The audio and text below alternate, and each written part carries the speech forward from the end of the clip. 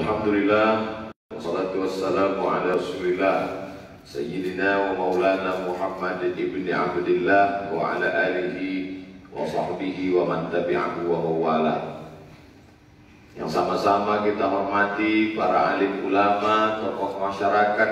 Tak dapat saya sebut satu persatu. Insya Allah semua yang hadir dan mengikuti program kajian subuh ini dimuliakan Allah Subhanahu wa Ta'ala. Kemarin saya sholat di salah satu masjid. Di bawah masjid itu ada tempat wudhu sekaligus toilet. Dipermasalahkan, arsiteknya mengadu ke saya karena kata orang itu berarti itu ada WC di masjid. Ini lantai masjid, di bawah tuh turun ke bawah basement ada tempat wudhu, ada WC. Berarti buat WC dalam masjid. Di masjid yang lain, di samping tempat imam seperti ini, tempat imam, di situ juga ada toilet. Itu pun juga menyampaikan pengaduan ke saya, Ustadz, di masjid ini ada WC dalam masjid. Kemudian masjid satu lagi, masjidnya di bawah, lalu kemudian di atas itu perumahan, di atasnya lagi mall, berarti di atas itu ada WC. Ketiga-tiga orang ini mengadunya ke saya. Lalu saya mengadunya kemana? Masalah ini muncul karena kekacauan definisi tentang apa itu masjid. Karena buka kitab fikih, macam-macam definisi mereka tentang masjid. Ada yang mendefinisikan masjid itu adalah kullu ma, segala sesuatu tahta saqfil masjid. Semua yang berada di bawah atap masjid, maka itu masjid.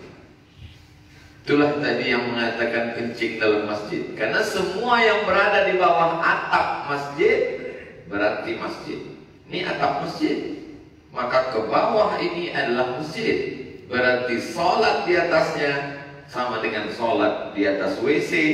Maka semua orang yang buang air besar kecil di bawah berdosa sama dengan kencing dalam masjid. Meludah dalam masjid aja dosa besar, apalagi sampai kencing dalam masjid. Semua yang berada di atap masjid berarti masjid. Kalau begitu semua imam-imam, khotib-khotib, penceramah-penceramah, dan umumnya karena yang berada di samping imam ruangan itu khusus untuk khotib, imam, ustaz, penceramah, semuanya masuk neraka karena kencing dalam masjid. Maka tidak bisa mengambil satu definisi dari satu kitab ijtihad ulama tertentu.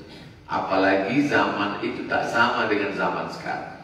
Definisi yang mu'tabar yang bisa diambil tentang definisi masjid adalah tempat yang biasa dipakai untuk sholat berjamaah. Itulah masjid. Contoh masjid kita, Baitur Rahim atau Baitur Rahman? Baitur Rahman. Tempat yang biasa dipakai untuk sholat berjamaah. Itulah masjid. Mana tempat yang biasa dipakai untuk sholat berjamaah? Tempat imam, sayap kanan, sayap kiri, tengah, belakang. Ini yang biasa. Adapun Idul Fitri, Idul Adha tidak biasa. Sampai ke belakang melimpah ruah tidak biasa. Jadi kalau ada orang dalam keadaan haid, berhalangan, masuk dia ke pintu gerbang, maka dia tidak dianggap sedang masuk masjid karena tempat itu bukan tempat yang biasa untuk dipakai sebagai tempat sholat. Jadi kalau definisi ini dipakai, maka selamatlah imam, khotib, penceramah yang buang air besar kecil yang ada di toilet karena tempat itu bukan tempat yang biasa dipakai. Selamatlah yang toilet yang ada di bawah masjid karena tempat itu bukan tempat yang biasa dipakai untuk sholat. Selamat pula lah masjid yang berada di bawah mall, di bawah apartemen, karena di atas itu bukan tempat yang biasa untuk sebagai tempat sholat. Jadi sebetulnya orang yang terlalu sempit pikirannya ini, dia kurang piknik. Kalau maulah dia ikut jalan-jalan agak sebulan sama Tengku Fadil Rahmi, pergi ke Mesir, biaya tanggung sendiri.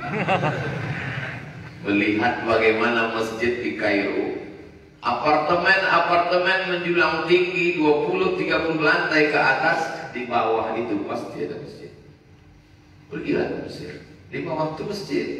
Kalau di bawah masjid, itu di atas itu berapa rumah? Satu lantai itu bisa 5 rumah, paling dikit ada 2 rumah berhadapan-hadapan. Ke atas 20-40 WC ke atas. Tapi itu bukan masjid, karena yang dimaksud masjid adalah tempat yang biasa dipakai untuk sholat. Begitu juga Masjidil Haram, Masjidil Nabawi. Masjid Nabawi itu kalau kita turun ke bawah, maka di bawah itu ada tempat parkir, ada tempat wudhu, ada toilet, dan orang sholat di atas. Itu bukan tidak ada alim ulama di situ yang berijtihad. Nah, jadi maksud saya, cobalah kita banyak membaca referensi.